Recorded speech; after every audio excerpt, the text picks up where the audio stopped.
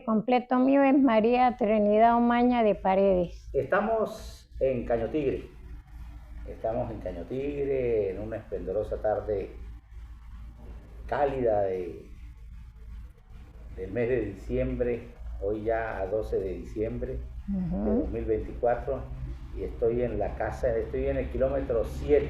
Aquí es el kilómetro 7. En el kilómetro 7, y estamos en casa de doña Trina.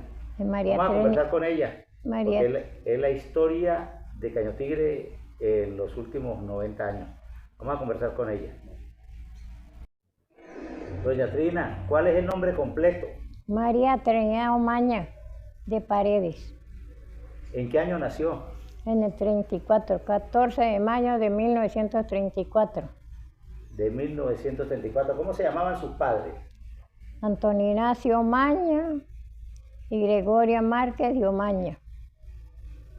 ¿Usted nació aquí? ¿Ah? Aquí en Caño Tigre. Aquí nací en Caño Tigre y fui bautizada en Sea. Mis padrinos, Horacio Velasco Viejo, hermano de Antonio, y la señorita Efigenia Mora, hermana de don Ovidio Mora, que esos fueron los padrinos míos de bautizo. Me pusieron ese nombre porque era otro, no me acuerdo, pero don Horacio, como era el día de la Santísima Trinidad, que el día que me bautizaron, don Horacio dijo a mi papá que no, que le cambiaran el nombre, que me pusieran María Trinidad porque era el día de la Santísima Trinidad. Bueno, mi papá no se opuso, él dijo, está bien. Y ellos pues fueron los padrinos. Mi padrino Horacio Velasco y la señorita Efigenia hermana de Mora. Efigenia Mora. Hermana de don Ovidio Mora. Don Ovidio Mora pues fue un gran amigo de mi papá, porque él siempre también bajaba y él como tenía ahí en el mino de carbón un parapeto ahí venía y eso, pues por eso es que también el indio hizo mucha llave con él, porque él decía que hasta decía que el padrino de él, pues él dijo que era bautizado, pero después dijo que el padrino de él aquí era don Ovidio Mora. Porque Tane. Ah, con Tane, sí, Tane. Porque él decía que cuando él iba a pasear, don Ovidio lo invitaba y le daban de comer y se echaban por una cerveza y bueno, entonces eso se encantó de don Ovidio y le dijo a mi papá que él iba a ser el padrino. La niñez en Caño Tigre, esos primeros años, ¿qué recuerda usted de Caño Tigre? No, pues yo de los primeros años de verdad, pues muy poco, porque uno, pues el trabajo lo mantenían a uno, era como un burrito trabajando, yendo a la escuela, íbamos a la escuela. ¿Estudiaba en la escuela? ¿Quiénes eran los profesores?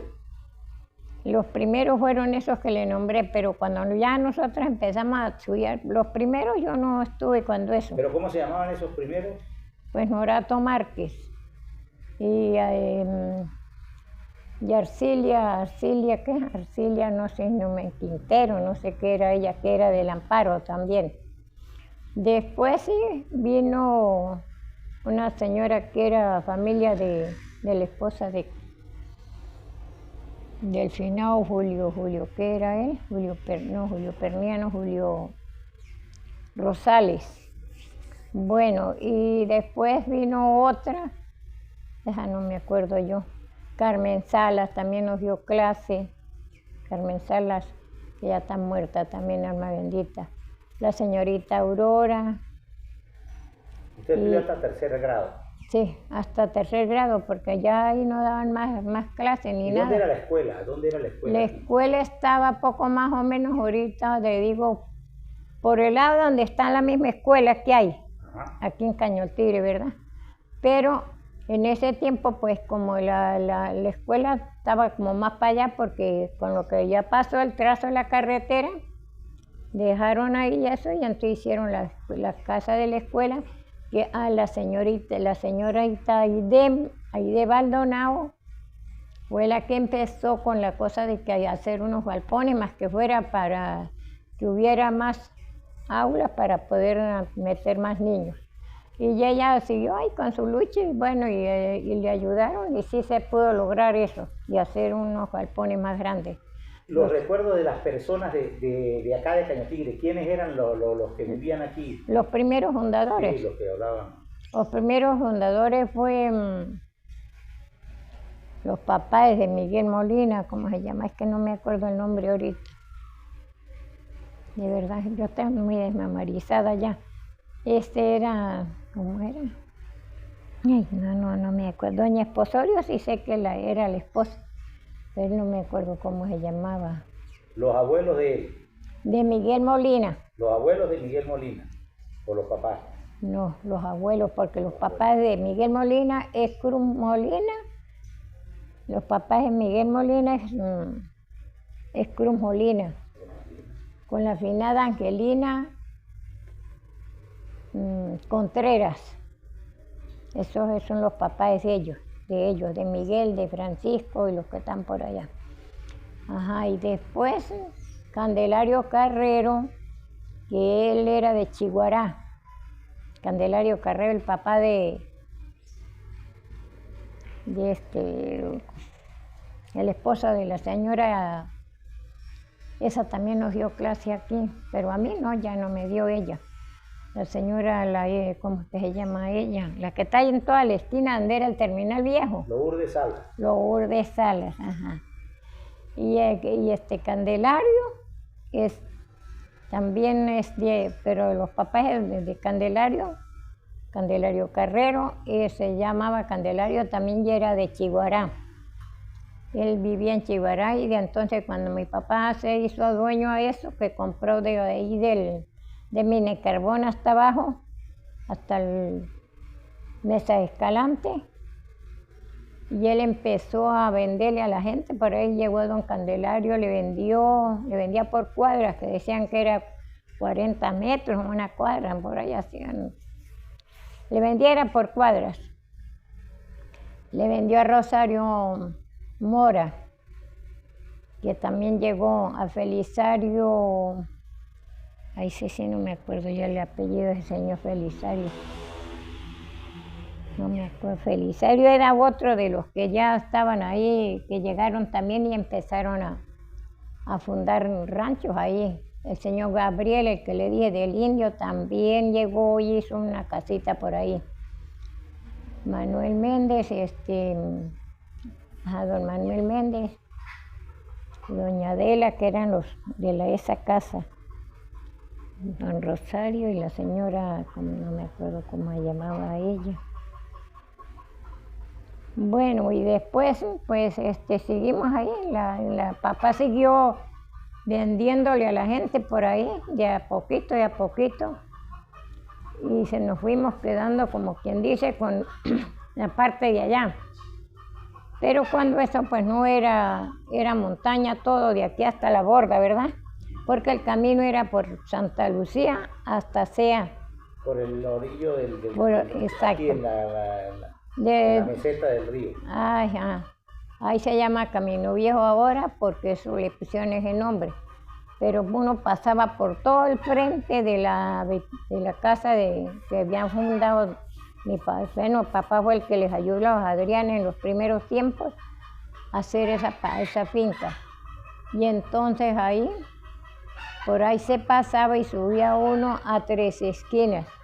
Por Tres Esquinas salía ahí y cogía por el Alechar para arriba y salía al Topón.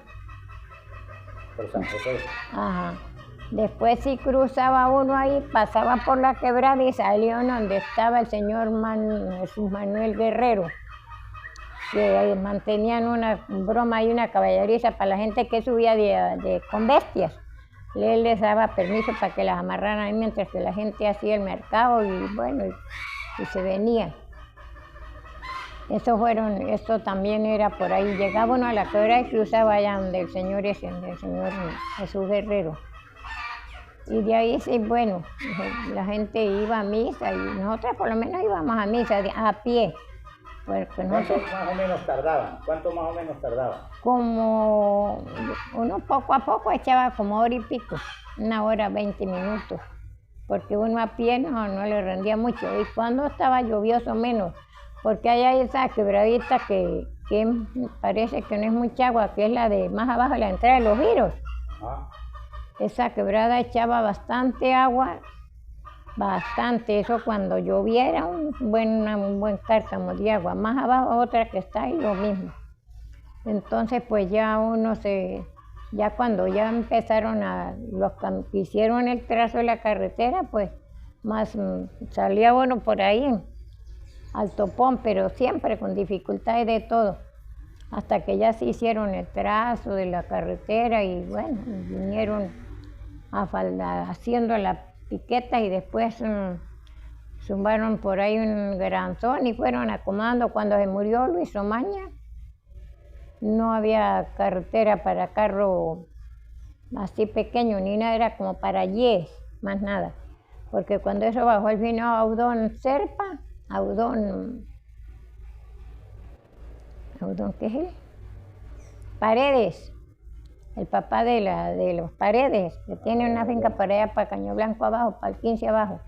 Ajá, Audón Paredes, esos también subían por aquí, bajaban, hasta por ahí, de ahí cogían bestia y bajaban, porque eso no estaba muy bueno el camellón que estaban haciendo, estaban trazando pues la carretera. Y trazaron eso ya, cuando trazaron, entonces se le dividió a mi papá esto, porque de allá hasta fue la borda era todo montaña, y entonces cuando pasó eso pues quedó dividido un tolete montaña para acá y otro para allá. Pero si mi papá siempre por aquí en esta parte lo que mantenía era pasto, él había tumbado el monte y había sembrado pasto porque él tenía unas vacas. Eso era lo que se cultivaba, ganado, y qué más que sembraba. Cochinos. ¿Había cochinos? Cochinos también criábamos allá en la casa, 2 vacas que también tenía mi papá. Y arroz también se sembró en aquella época, que era muy buena la tierra, porque como no se había explorado ni nada, eso después que mi papá mandó a tumbar todo eso con obreros por ahí, Gina Cruz Guerrero, Mario Guerrero, Martín Moreno, Teodoro Moreno, esos eran los trabajadores de mi papá. Bueno, y hicieron eso, tumbaron y sembraron arroz. Y hasta había mucha plaga de un pájaro negro que se come el maíz y se come esas espigas de arroz, todo eso. Entonces mi papá hizo una vara larga y la clavaron, pero antes de clavarla le pusieron un trapo blanco grande así amarrado en la punta, y entonces con el viento la giraba la tira, ¿verdad? Que le habían puesto, y con eso era que se ahuyentaban un poco esos pájaros para que no se comieran los frutos. ¿Y la siembra de arroz era dónde? ¿Aquí arriba o de la casa donde está ahorita el velero para abajo, más abajo? Supongamos, usted sabe quién debía, Marina, la señora de... Sí. Bueno, por esa, pero como decir así, por esa parte hacia atrás era la sembrío de arroz. Ahí tumbaron montañas, sembraron el arroz, después sembraron maíz, después lo que fue pudriendo todo eso sembraban yuca y todo, y salía también un león. Por ahí salió una vez un león porque mi hermana, cuando estaba embarazada, la primera, la mayor, el señor Cruz Guerrero y esos que le dije ahorita, que bajaban eran los trabajadores, y entonces nosotras, ellos se desayunaban y se iban. Y nosotros íbamos un ratico a la escuela y bajábamos a las 10:30 para irles a llevar almuerzo. Y volvíamos a ir por ahí como a las 1:30. Bajábamos temprano para irles a llevar puntal, porque en esa época se le daba puntal a la gente. Llevábamos el puntal, salíamos y íbamos para el caño a sacar un viaje de agua para dejar para la mañana, para volver a ir otro rato para la escuela y así, porque nosotros no pudimos cumplir el día. ¿De dónde sacaban el agua? De ese caño del Tigre. El Caño del Tigre. Pero en esa época ese caño era purificado, ese caño no tenía sucio de ninguna calidad. Ese caño era limpiecita el agua. Y entonces ahí nosotros no la cargamos a las costillas ni nada, porque había un burro que le había dado los Adrianes a mi papá, que lo habían botado para el río porque estaba muy feo, que iba a morir. Entonces mi papá les dijo que se lo dieran, que si se lo da, él lo traía y lo curaba de lo que tenía y todo. Y se lo dieron, lo trajo y lo curó y se mejoró el animalito, pero era un burro bastante grande, parecía como mula más bien. Y mi papá en eso lo arregló a unas empalmas y ahí cargábamos el agua, que le puso unos palos a las empalmas y le poníamos las latas, eran unas latas cuadradas así como con un zinc grueso y madera. Entonces, y tapones de palo. Y nosotros llevábamos el burro y lo parábamos así al lado de un pozo grande que había, bastante. Pero había una piedra alta y nosotros parábamos el burro aquí y nosotros allá para arriba agarrábamos el agua y llenábamos los bichos esos, porque no los podíamos alzar, eran pesados y nosotros todavía no teníamos fuerza para alzarlos. Entonces mi papá decía que con la jarra de agua, con una jarra lo llenábamos, así era que cargábamos para acá el agua. Y hasta que ya, bueno, 9 años cargamos agua de ese callejón allá y lavábamos allá también, llevábamos los animales cuando había verano, había que llevarlos a beber agua allá. Los cochinos les hizo mi papá bastante amplio el camino, lo amplió más para también echarlos, los echaban por agua, uno los echaba y iban y echaban broma por en el monte y volvían a salir en la tarde. Y el ganado también, y una vez que hubo un invierno muy fuerte, pues sí se quedaron los animales por allá porque no pudimos bajar porque había mucho viento y como había tanto palo de grueso, eso era montaña. Mi papá por debajo de la montaña hizo el camellón para bajar el agua. Así empezó aquí así, bajó allá. Eran como 5 curvas para caer al caño. Y entonces ese día que llovió mucho y hubo mucho viento y el papá dijo, no dejemos esos animales allá en la mano de Dios. No les pasó nada, gracias a Dios. Al otro día nos bajamos de mañanita y los echamos y para ordeñar las 2 vacas que había, los becerros estaban arriba. Cuando se molía, eso también nos tocó a nosotros, cortar la caña era un obrero, pero sacarla de adentro, de donde iban cortando hasta la orilla era Teresa y a mí, porque Teresa y yo eran las mayores, los varones fueron después, Vicente y Gonzalo, después los otros, pero nosotros eran las mayores, entonces nosotras cargábamos esa caña, la sacábamos para el camino y ahí con el burro la cargábamos a nangarillas que eran de palos largos así, y entonces uno montaba la caña ahí y la llevábamos para el trapiche era de bueyes, se le amarraba un buey a una maroma que hacían grande y así larga, y al centro de la maroma iban 3 molinos de madera. De madera. De madera, sí, de madera, y entonces uno metía la caña por aquí, la otra la recibía por allá, y la que salía para acá la volvíamos a torcer, y la otra la hacía hasta que se le sacaba bien el guarapo. Lo parábamos ahí en una batea de madera que había hecho. Teníamos un fogonera de piedras con unas pailas grandes que había comprado mi papá. Y ahí se mermaba la miel, porque papá nunca sacó panela, sino pura miel. Vendían la miel. Y entonces dejaba miel para la casa y le daba para ir a la gente porque se molía bastante. Había bastante caña, como de donde está ahorita, donde era lo del guardia para allá. Y el señor... él se murió ya, él se fue para Caracas, pero se murió. Ego. Entonces, eso era pura caña y se corta. Piñas también habían, pero... Se daba muy buena las piñas en Cañatigre. Aquí sí se daba buena la piña en esa época, buenísima. Dulce, y de la piña. Nosotros nunca tuvimos piña de la amarilla y la pura roja. Pero era muy sabrosa esa piña. Ya se cortaba para vender, eso no daba mucho porque eso era baratísimo, pero papá decía, bueno, se sacaban una red y vendían y otras se le daba a la gente por ahí. Y mi papá sí tuvo eso, gracias a Dios, que lo de él lo compartía con la gente de aquí, de la comunidad. Y después, bueno, ya cuando empezó que ya llegó el indio, que mi papá hizo a lo del indio y todo eso. ¿Cómo es la historia del indio Tane? No, pues la historia del indio Tane, así como yo se la conté esa noche. Pero vamos a contársela a los que nos están viendo hoy. Ajá. ¿Cómo fue? Pues que él apareció frente a la hacienda de Santa Lucía, que ya la tenían formándola, ya estaba bastante adelantada. A ese lado, como donde llaman ahorita Camino Viejo, hay una quebrada, pero como en ese tiempo era montaña, todo eso, pues eso no lo habían explorado todavía los Adrianes. Entonces ahí bajaban de la casa que tenían hecha para abajo, para la quebradita esa, y sacaban el agua ahí para el gasto de la casa, y mamá iba y sacaba ya también agua para hacer de comer y lavaban allá en el cañito.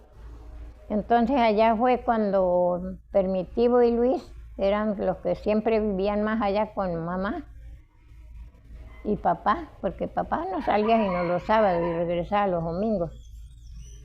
Se lo encontraron, que venía saliendo allá a la orilla de la quebrada, y ellos cuando lo vieron pues se asustaron y salieron fue corriendo a decirle a mamá. Entonces mamá les dijo que le decía, no le decía que le hacía seña era que de la ropa que ellos cargaban le llevara para salir. Entonces mamá les dijo, no, pues búsquenle unos pantalones para de Luis y le llevan y camisa y le tiran para allá para que se vista. Sí, y el pelo era larguísimo, mire, como por aquí. Mamá nos decía que el pelo, y nosotros no, ya no me acuerdo yo mucho de eso.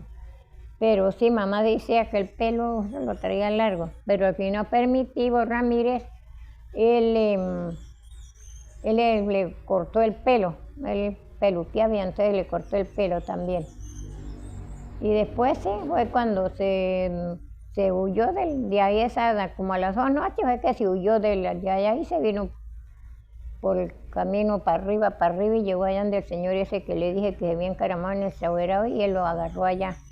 Y los agarraron y se lo llevó pasea, y papá ya bajaba ese lunes subió domingo y se quedó en la noche y bajaba el lunes. Y entonces ellos lo llevaban amarrado y le dijo papá que por qué lo llevaban amarrado, que eso no era loco. Y dijo, no, eso es un loco en don Antonio. Dijo, no, eso no es loco. No le ven el carácter, la piel y todo. Y entonces él, eso es un indio. Y entonces el señor, el señor Gabriel, le dice que cómo sabía. Le dijo, no, déjenlo suelto que yo me lo llevo, suéltenlo. Mi papá lo recogió y se lo trajo para Santa Lucía. Y ahí llegó y siguió trabajando con ellos. Trabajó, él rozaba potreros y les ayudaba mucho a cargar el agua. Después sí ve cuando ya, yo no sé qué problema habría con don Domingo y papá, pero cierto es que mi papá ya se salió de allá. Nos vinimos para acá para arriba, para la casa primero nosotros fue por ahí por donde está la escuela también, para este lado de acá, pues subiendo uno a mano izquierda. Y bueno, ahí nos quedamos todos, y el indio también, otro señor que papá tenía que le ayudaba, que se llamaba Tomás, también vivía con nosotros.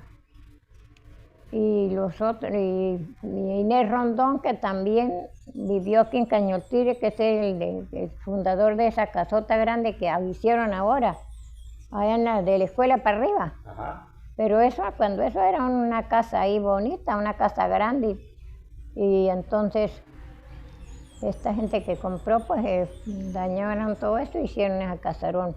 Ahí vivía Inés Rondón con los hijos y la esposa. La esposa se llamaba Marta Campos. Y los hijos, pues Delna y Héctor, Miguel, ¿cuál era? Juan Rondón y Delna. Esos eran los hijos de ellos. Esa familia también es de las primeras. Esas también llegaron por ahí, sí, después de eso de todo, llegaron también. Y entonces también hicieron casa por ahí en ese bordo. Hicieron un camino, ellos no hicieron puro camino para bajar y subir. Y ahí se tuvieron hasta que ya, bueno, se murieron los abuelos, y después quedó Ramona Salas y quedó Macrobio, ¿qué era ahí? Carrero no era. Ese apellido de él tampoco me acuerdo ahorita. Rondón, Macrobio Rondón, sí, que era hermano con Ezequiel Rondón, un señor que vivía en Tobar. Y eso entonces se quedaron ahí.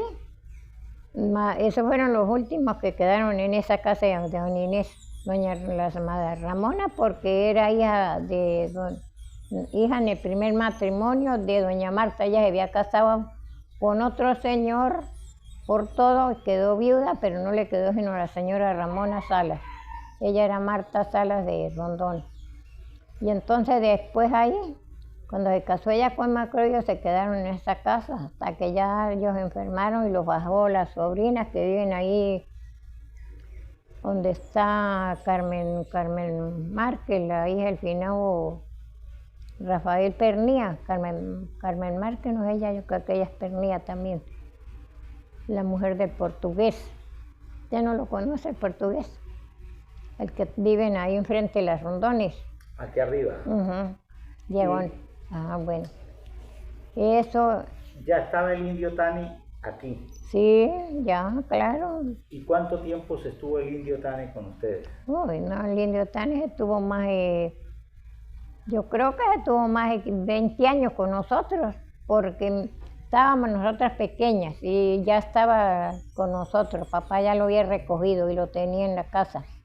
Primero allá, después cuando nos vinimos para acá él se lo trajo también y él empezó a trabajar por ahí con los que le ayudaban y le ayudaban a él y él los buscaba para que lo dieran a él, porque entonces empezó papá a hacer un conuco allá en la borda allá y sembraban yuca, sembraron, ahí fue donde sembraron de todo lo que se sembró, porque papá le dio al indio ánimo de que trabajara y que él no, ¿para qué? Para trabajar era guapísimo, eso no le temía nada.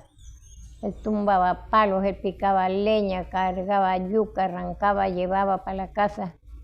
De todo, él era muy desfundamentoso, ¿para qué? Lo único que él no le gustaba dormir bajito ni nada. Siempre en la casa tenía un soberano y dormía en ese soberano. Y en ese soberano tenía las bolsas que le había hecho mi mamá, unas para las flechas grandes, otras para las pequeñas, los arcos pequeños y los arcos grandes.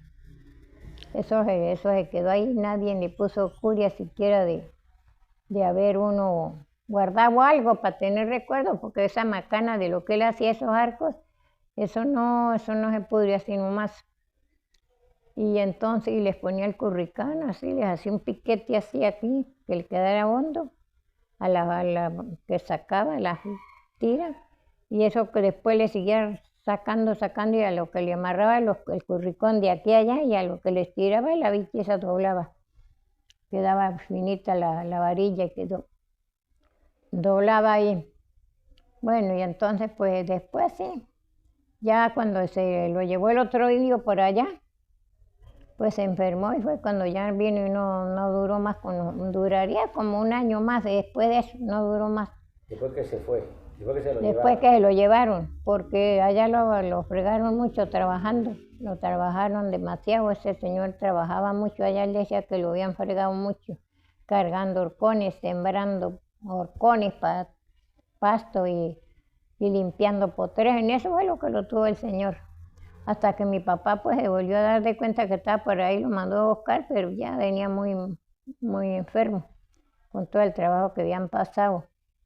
Bueno, entonces ahí sí se estuvo con nosotros hasta que se murió, porque mi papá fue el que hizo los gastos de él y lo enterraron ahí en ese cementerio, no, que eso no es cementerio, porque no quisieron ni, el señor ese que compró no quiso dejar el pedazo, sino dijo que eso quedaba ahí en un potrero. Y quedaron ahí unos como 5 personas ahí sepultadas ahí. Que está Elisea, está el señor Gabriel, está el hijo de ella, Gabriel, que se llama también Filomena, y hay otro, pues el otro sí no me acuerdo quién era, María, una hija de Filomena, y esos los que están ahí en ese cementerio, ahí en ese terreno. ¿Y el indio Tani? Y el indio Tani, por eso, el indio Tani fue el primero. Después enterraron a Gabriel porque se murió Gabriel Méndez, y Velasco sin Méndez, porque la señora era Velasco, Elisea Velasco. Y se murió y ahí lo enterraron a ellos también, a doña Elisea y el señor, al esposo y un hijo.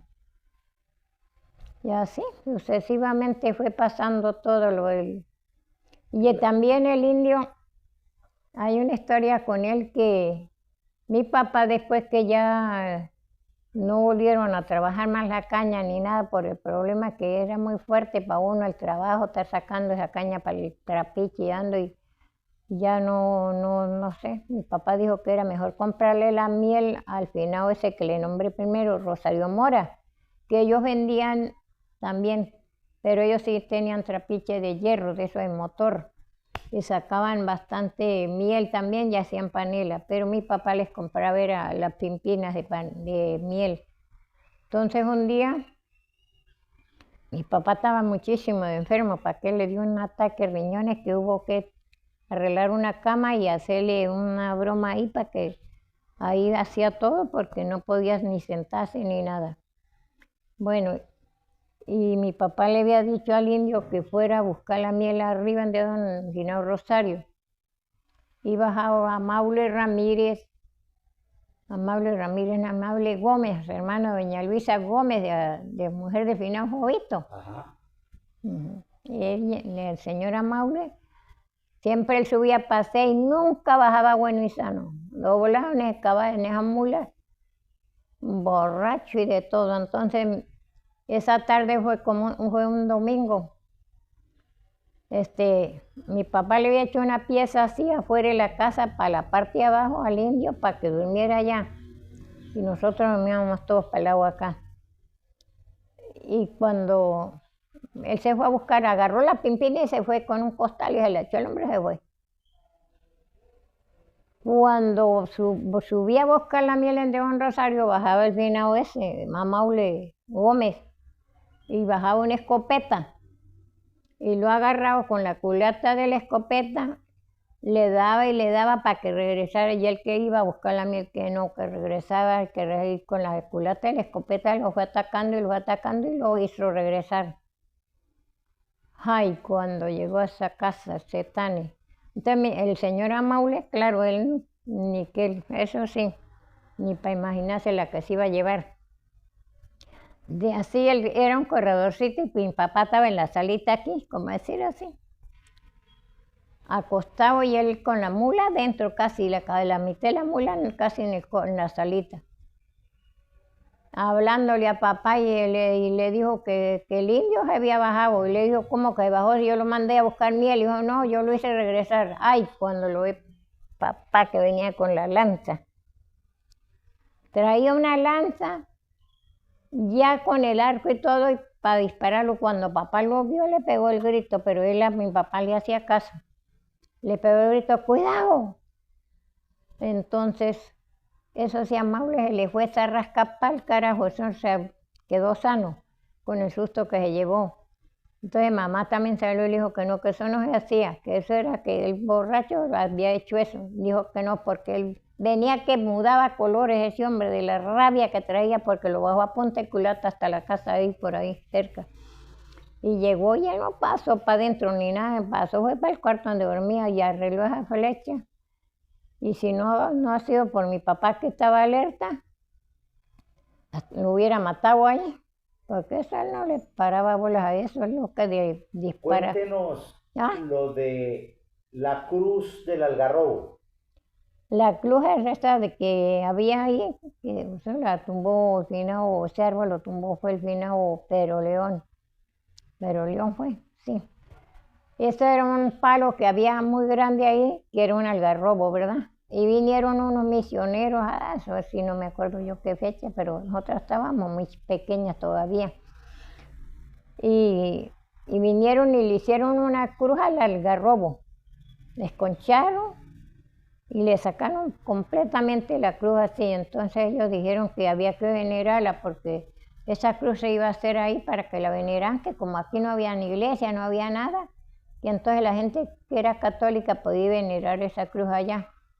Después vinieron unos misioneros y los misioneros pues vinieron, estuvieron como 8 días, hicieron misiones, bendicieron la cruz esa de ese y entonces dijo, mientras los 8 días mandaron a hacer una cruz y la pusieron, que ahora está, es que como eso primero esa capillita era con el frente para la carretera, pero después cuando ese señor llegó, pero León ahí, cambió, hizo la iglesia con para abajo, para la entrada, con la entrada para abajo, no, le quitó el frente. Entonces la cruz está hacia abajo, de la casa del señor Bernabé, está la cruz, porque la sacaron y la pusieron ahí. Pero esa cruz se nombró fue por los misioneros, que ellos vinieron y hicieron esa cruz y después volvieron y dijeron que hicieran la cruz y la pusieran para bendecirle, que quedaba ahí, para que la gente fueran a venerarla en la Semana Santa y eso. Entonces la gente, pues bueno, ahí iba uno, en Semana Santa, a rezar el miércoles, jueves y viernes y sábado. También uno, como en ese tiempo, uno lo acostumbraron a que desde el martes había que aprontar la leña, la verdura y de todo, porque no es que uno no podía caminar recio, ni correr, ni bueno, costumbre. Eso no, la Semana Santa no había que... No había que trabajar de nada, nada. Había que uno tener quietud y paz y orar y más nada, decían los misioneros. Porque esa era la semana mayor del año. Entonces se trabajaba, no sino el lunes y martes santo se aprontaba la leña, la yuca, los cambures, bastante pasto para las bestias, que papá también tenía un caney con el burro ese, un caballo y una yegua que tenían. Y con eso ahí para estarles picando pasto, o si no lo picábamos entre Teresa y yo, el pasto y llenábamos los costales de pasto picado para estarles echando, para no picar ni los días jueves, ni viernes, ni sábados, porque los sábados hasta que en ese tiempo la cantada de gloria era a las 10 de la mañana, no era como es ahora que es en la noche, sino era de la mañana. Bueno, y ya entonces uno no hacía nada, sino era del miércoles en adelante, lo que hacíamos era ir todas las tardes para la iglesia, para la capillita de arriba, que ya habían hecho la capillita, pero con el frente para allá, para el lado de allá, pero entonces el finado Pedro la barató y la hizo hoy con el frente para abajo, que no se ve, bueno, no se ve desde la carretera, no se ve, ni subiendo ni bajando, porque la entrada está por donde está... Está muy escondida. Sí, la cruz quedó para adentro. Está por la parada que hay más abajo por ahí donde vi Isabel Toro, ¿usted no sabe? Sí. Ah, bueno. Sí, yo conozco la capilla, yo estaba en la capilla, estuve en las ferias que se le hizo, siempre se le hacía fiesta esa. Sí le hicieron.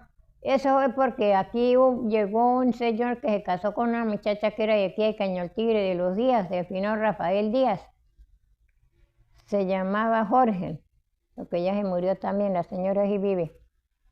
Entonces ellos se casaron, pero el señor Jorge se fue para Mérida a vivir con la esposa y vivieron allá y trabajaban allá. Y entonces él se le ocurrió que iban a hacer una fiesta para hacer fondos, para agrandar la capilla y que no sé qué más. Hicieron una fiesta, hicieron un encierro, cargaron palos de todo eso por aquí de papá que todavía habían, y hicieron el encierro y llevaron toros, llevaron unos toros y toros coleados, hicieron. Y la reina pues fue la hija mía, la mayor, Carmen.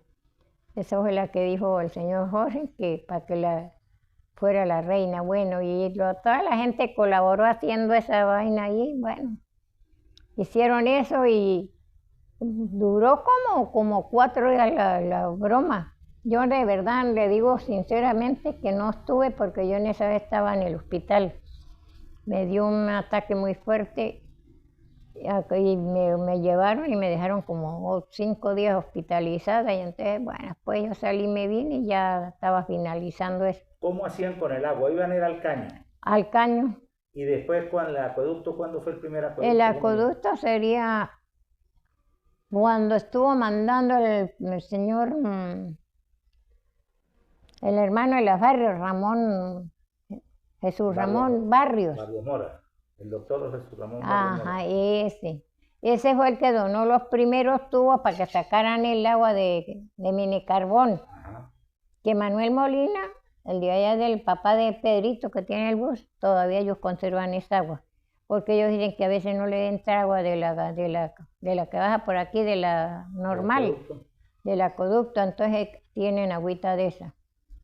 Esos fueron los primeros tubos que se instalaron, pero eso no llegó sino como hasta por ahí, hasta donde Miguel Zambrano. por ahí donde está ahorita la venta de cerveza de Merardo, que la casa de Miguel era más para adentro.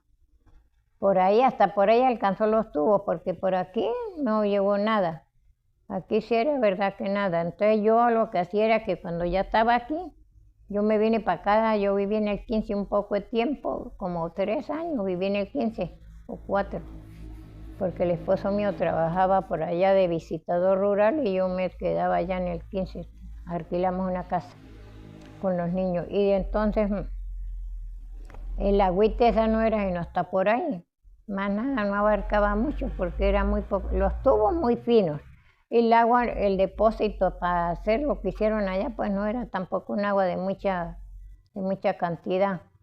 Pero hicieron una broma ahí, posaron el agua y ahí metieron los primeros tubos y llegó como hasta donde Miguel Zambrano, por ahí, por donde Merardo para adentro.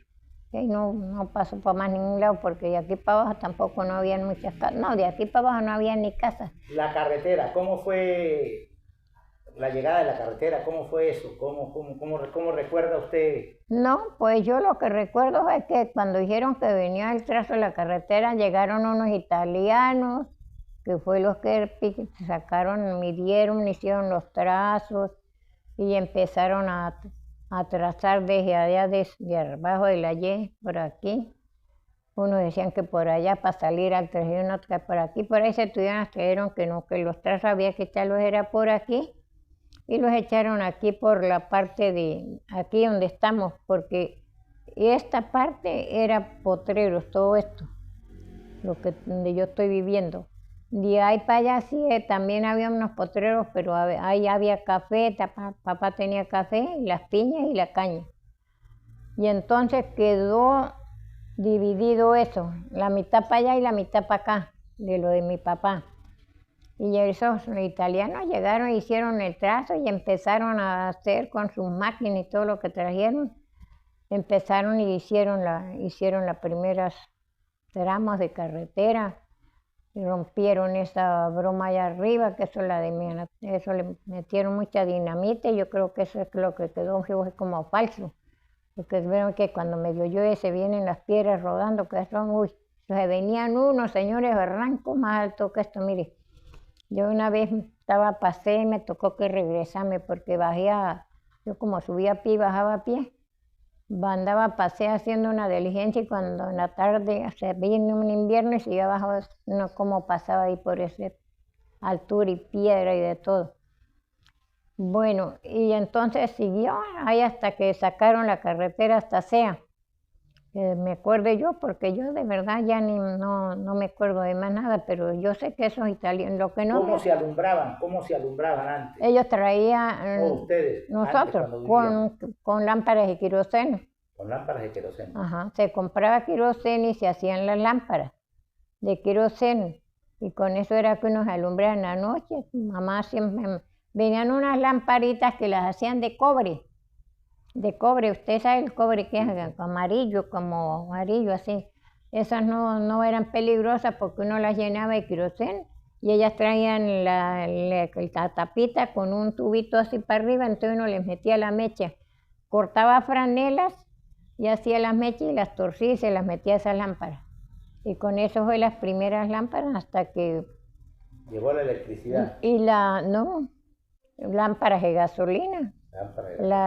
Cuando se murió el esposo mío, que se murió en el 67, en el 77, no había luz todavía. 67. Llegó como en el 70 y qué. Como así, por ahí como en el 76, en el 77, se murió Paredes, en el 77, que tenía la mi hija que se me murió tenía 4 añitos cuando eso, y el que vive aquí tenía 2 años cuando eso. Ajá, en el 77.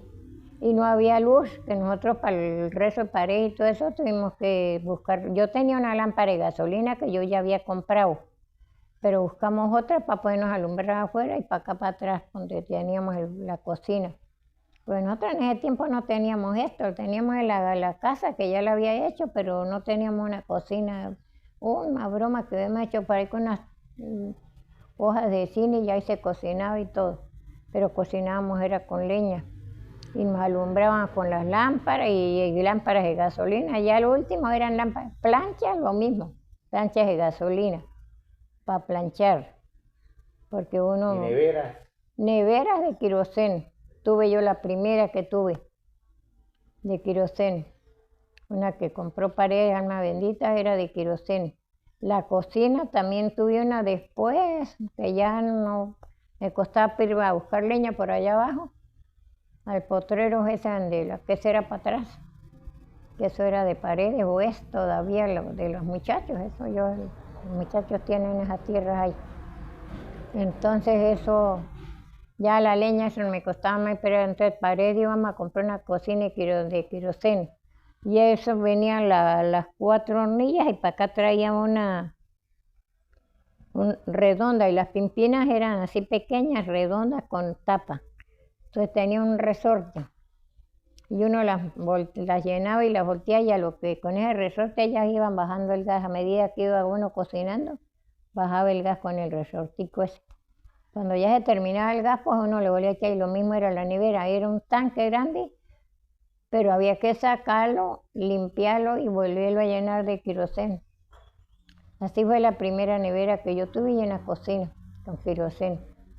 No había como, todavía no había luz, pues. Nada de luz, y la luz se tardó, como después de la muerte de Paredes, tardó como 2 años para ver luz. Para ir a misa había que ir a CEA. A misa, pues no. Aquí cuando ya hicieron la capillita esa arriba, que ya era pequeñita, porque ahora la agrandaron. Y la cruz del Algarrobo. Sí. Era pequeña, pero entonces bajaba el padre Serrano, alma bendita, y se quedaba 3 días en una casa que le daban para que se quedara, y ahí se le hacía la comida y todo. Se quedaba para hacer la misa del Sagrado Corazón de Jesús, la Santa Cruz y San Isidro, que eran los 3 santos que le hacía el misa. 13, 14 y 15. Pero la primera era la de la Santa Cruz, porque era la fundadora de Cañoltire, la de la... El 14 de noviembre. 14 de septiembre. 14 de septiembre siempre se ha celebrado aquí una misa en esa capillita. Ahora que hay padres, pues con más veras, pero cuando eso venía el padre Serrano, vino el padre Pepe, vino el padre Arseni, que era muy alto, Zambrano también pues, vino y hizo misas ahí. El padre Gabriel Gómez también hizo misas ahí. Todos esos sacerdotes hicieron misa ahí en esa capillita. Pero ya de última eso sí no venían a quedarse, nacían la de la Santa Cruz y se iban. Pero el padre Serrano sí, y el padre Reni también se quedaba. Y hacían las misas porque había que llevarlos en bestia. Cuando eso todavía no le digo que cuando eso todavía no había carretera. Había carretera, pero no había tráfico. Y entonces se le llevaba la bestia al padre, o iba Vicente o Gonzalo con una bestia aperada, con montura y todo, para que bajara, y otra que en la que iba ellos a acompañarlo, y lo bajaban. Pero antes él no le gustaba estar para arriba y para abajo en la bestia, y decía que no, él se quedaba.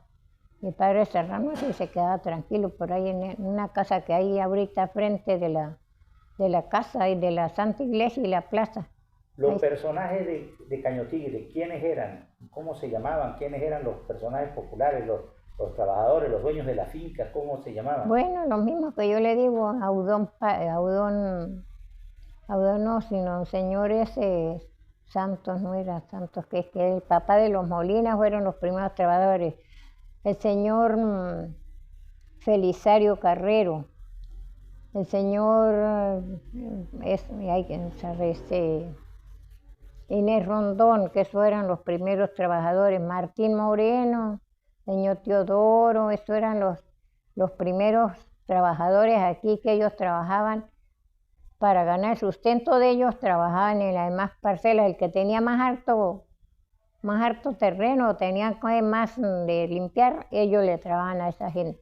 Trabajaban y ahí pues la gente les pagaba, y como en ese tiempo el dinero tenía mucho valor, pues con poco que ganaba la gente se comía mejor, le digo sinceramente que ahora ya no le alcanza uno el dinero para nada. Bueno, y esos fueron los primeros que sí trabajaban aquí, que tenían finquitas, porque fincas grandes aquí no hubieron, señor. Cuéntenos de Demetrio. ¿Cómo Demet- era eso del bodeguero ciego? Porque él le hicieron un ranchito para el finado Cipriano, que era hermano, y Cipriano tenía una mujer. Y entonces el ranchito les quedó, era para los dos. Pero después Cipriano se separó de la mujer y quedaron los dos. Pero Cipriano trabajaba, a él no le gustaba así estar ahí en la casa. Ahora el cieguito, como era cieguito, él se quedaba en la casa y él se puso una bodeguita, vendía de un poquito de todo.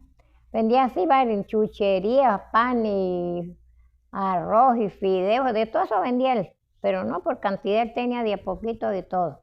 Una bodeguita. Una bodeguita pequeña.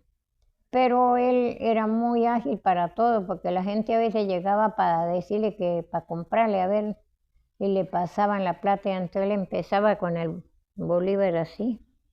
Le iba dando vuelta y decía, no, este es un bolívar. Los más pequeños le decía que el medio, los 25 céntimos, que eran mínimas las rajaduritas que tenía la moneda. Las lochas que no tenía nada, esas las conocía también. Yo no sé cómo haría, pero es cierto que él las conocía. Y entonces él no se dejaba engañar de nadie. Él vendía y todo el mundo le pagaba lo normal y le daban los vueltos. Y bueno. Pero él sí vivió bastante tiempo ahí. Tenía una vitrola de pilas. Entonces él con eso, pues era de manguito, así le ponía los discos y con eso entretenía a la gente para venderle bichito que vendía aguardiente. Entonces él le ponía música a la gente y la gente le ayudaba así para poner los discos y si no él le mantenía uno puesto y con eso los mantenía ahí entretenidos vendiéndoles aguardiente. Él vendía aguardiente por traguitos y por media botella y el cuarto. Don Pausalino Angulo. Don Pausalino Angulo. No, don Pausalino cuando llegó sí ya había bastante caserío aquí. Sí. Y compró esa finca que era, yo creo que allí eran de Villa don Rosario, no, sí, Rosario Mora. Y lo compró y tenían bastante café para la parte allá de la falda, porque eso ahí estaba cerca de la falda. La casa para acá, para este lado del izquierdo y lo demás para allá y potreros. Y era ganado. Y ahí se vino él y hizo la casa y tenía la finada Ramona, que era ella, que es la mamá de la señora de Gonzalo ¿qué? El KTS, que Gonzalo, que es él, el desea. Yo creo que ese señor se murió también. Gonzalo Bigote, no. Ah, Barba Roja. Ajá, sí, ese. La señora Ramona esa es la mamá de la esposa de él. Y entonces esa era la que les trabajaba a ellos haciéndoles comida y todo. Ella duró mucho tiempo ahí hasta que ella se puso muy enferma porque sufría mucho de varices. Entonces la señora Mercedes, la mamá, era hija de ella y entonces el señor Gonzalo le dijo que se la llevara para la casa, que iba a estar trabajando más allá esa señora ahí en esa finca. Se la llevaron, entonces buscaron otra señora ahí y cuando no trabajaba Felicia Escalante también les ayudaba, o Eladia Serpa, por ahí toda esa gente le fueron. La construcción de las escuelas. ¿Cuál fue la primera? La primera escuela fue esa que hizo Aide. Aquí arriba. Arriba, Aide Baldonado, con ayuda del gobierno, del gobernador, pero ella fue la primera que promovieron eso para hacer esos galpones, porque no había sino como un solo galpón, y entonces ya como ya cuando la señora Aide sí había como hasta cuarto grado, pues ella dijo que era mejor hacer más galpones para ver si se le metía hasta el quinto. Así fueron haciendo y sí se hizo, esa fue la primera escuela. Pero la gente decía que eso era un galpón, porque lo que han hecho era como un galpón. Y bueno, de todas maneras hicieron ese larguero y le hicieron piezas ahí. Después fue que la demolieron y hicieron la que hay ahora. La construcción de la iglesia. ¿Ah? De la nueva iglesia.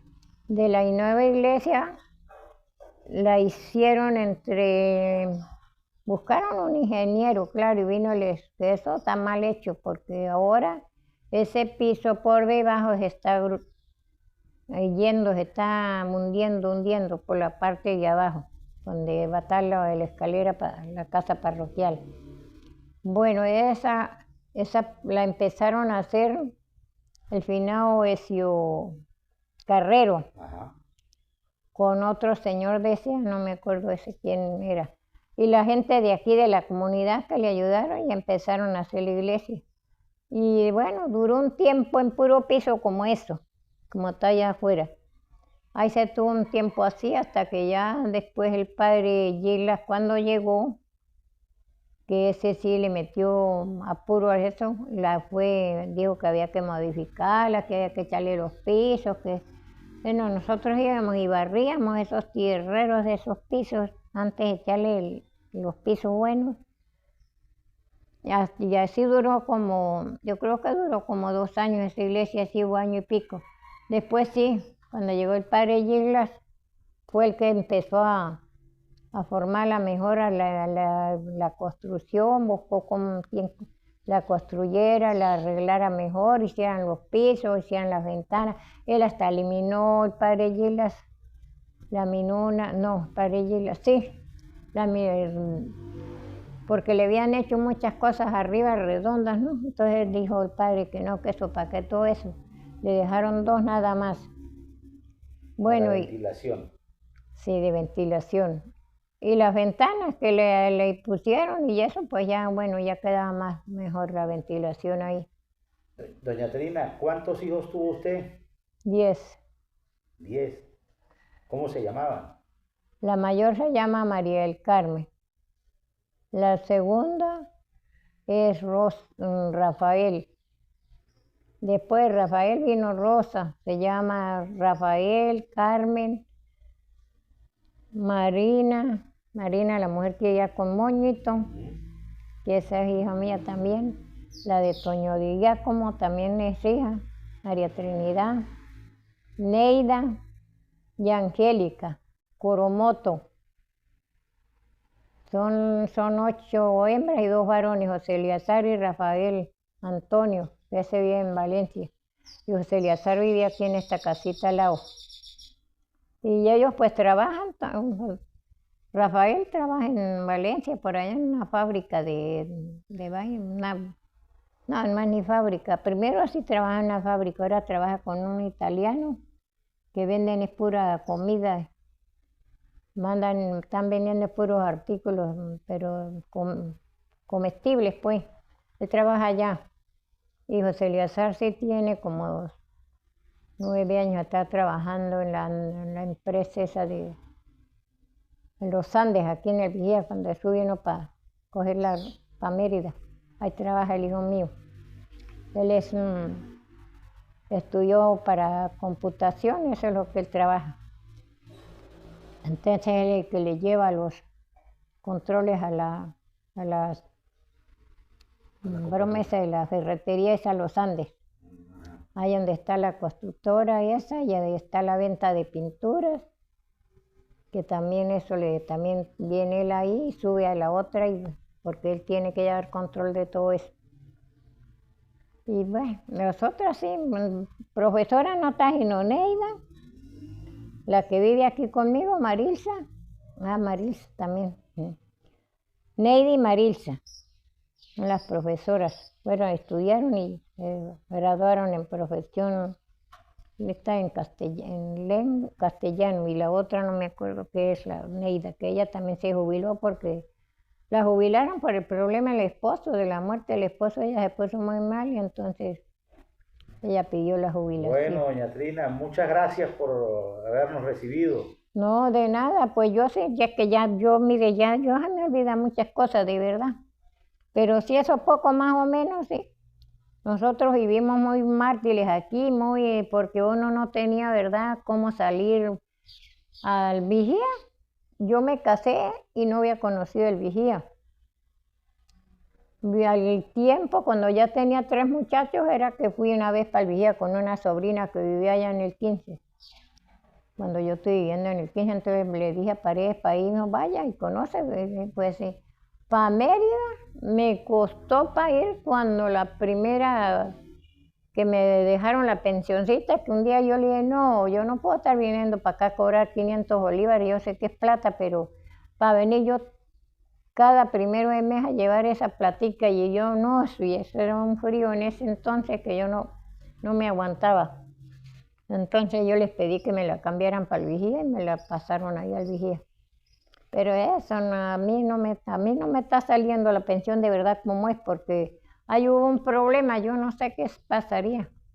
Lo cierto es que la pensión mía parece como para otro estado y yo no sé quién haría esa vaina, porque yo le dije cómo iban a hacer eso, si saben que yo, el esposo mío trabajó, fue aquí en el estado Mérida, 18 años, trabajó de visitador rural, trabajó aquí por el 15 para abajo, hasta el Bolo, por todo eso, andaba tomando muestras de sangre, curando paludismo y todo eso.